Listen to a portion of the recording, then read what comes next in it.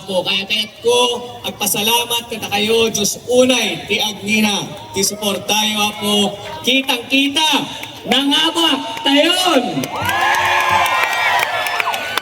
Katulad po, amuyo, katulad po sa sinabi ng ating minamahal na governor, ay hindi po to tungkol sa isang apelyido, hindi po to tungkol sa politika.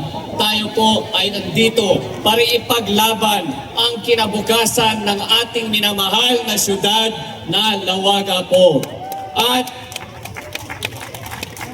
amoyo, ang syudad ng Lawag, kahit ako po, isang diputado, Primero Distrito, ang syudad ng Lawag ay napakalapit sa aking puso.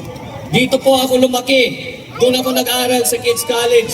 Nung governor po, si Apo Pangulo, ay dito talaga ako pumupunta nung bata ako. Dito talaga ako lumaki.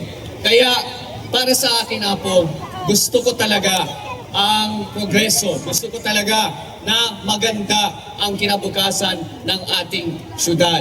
At wala akong duda at sigurado ako na ang tamang direksyon para sa kinabukasan ng Lawag ay isang mayor na Brian Alcid, isang bise na Andy Lau at ang mga konsehales at bokal ng Team Marcos Apo. Amoy Apo, itikalma ni Apo Pangulo, tumawag kanyak. Sabi niya sa akin, tinawag ka kanyak, Apo Kong, anak, kadawa mo ni Apo Brian, when. Kahit ko agsalita, ken ni Apo Mayor. So, agsalita ni Pangulo, ken ni Apo Brian. Apo Mayor, anak ti kayat mo aramiden para tilawag. Ay, Apo Pangulo, ito po, ti proyekto ko, kaya't ko to gawin. Ito. Sabi niya, nako, nakad-ado nga proyekto mo para ti syudad ng Lawag. Oo, Apo Pangulo, kaya kailangan talaga namin ng tulong mo. Tinaimbaga ni Apo Pangulo, Ken Brian, Ken Vice Mayor Handy, ay amuyo. Tinaimbaga na, Apo Brian, basta't nangabakkan iti May 12, lahat ng iyong proyekto na gusto mong gawin sa Lawag, aprubahan ng national government, lagyan ng pondo agad. Automatic ng tinaimbaga ni Apo Pangulo. At tinaimbaga ni Apo Pangulo kanya ay 3 taon na lang po ang natitira sa termino ng ating minamahal na Pangulo. Itong pagkakataon na to ay tinatawag nating once in a lifetime, Apo.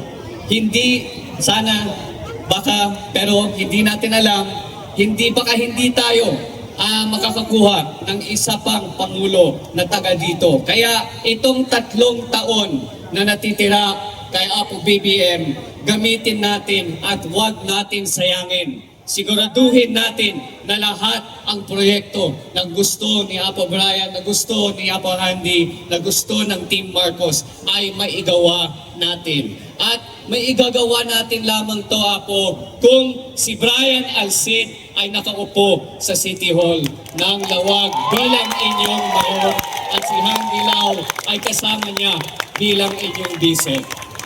Kaya po, ang hinihingi ko sa inyong lahat, marami po nating nagawa, marami na pong nangyari noong sa nakaraang 3 taon na nakipagserbisyo ako para sa inyo bilang diputado ng Primero Distrito.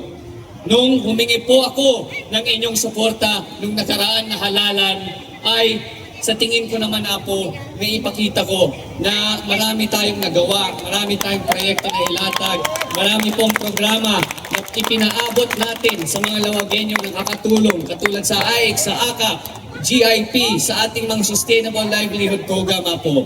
At ako po ay nagpapasalamat sa inyong suporta at sa tiwala na ilinagay nyo sa akin. Taos pusong nagpapasalamat ako sa inyong lahat.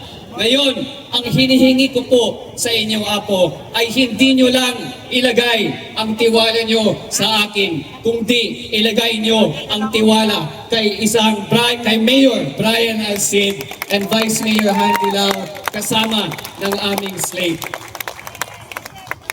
Pangako ko po sa inyong lahat ay kapag nakaupo na dyan si Brian at Handy, ay sisiguraduhin ko, ay kalinya na natin, andun na si Apo Pangulo, andun na ang congressman, ang governor, ang vice gov, at kapag kasama natin ang City Hall, kapag kasama natin ang mayor, ang dami pa nating magagawa para sa ating syudad Apo.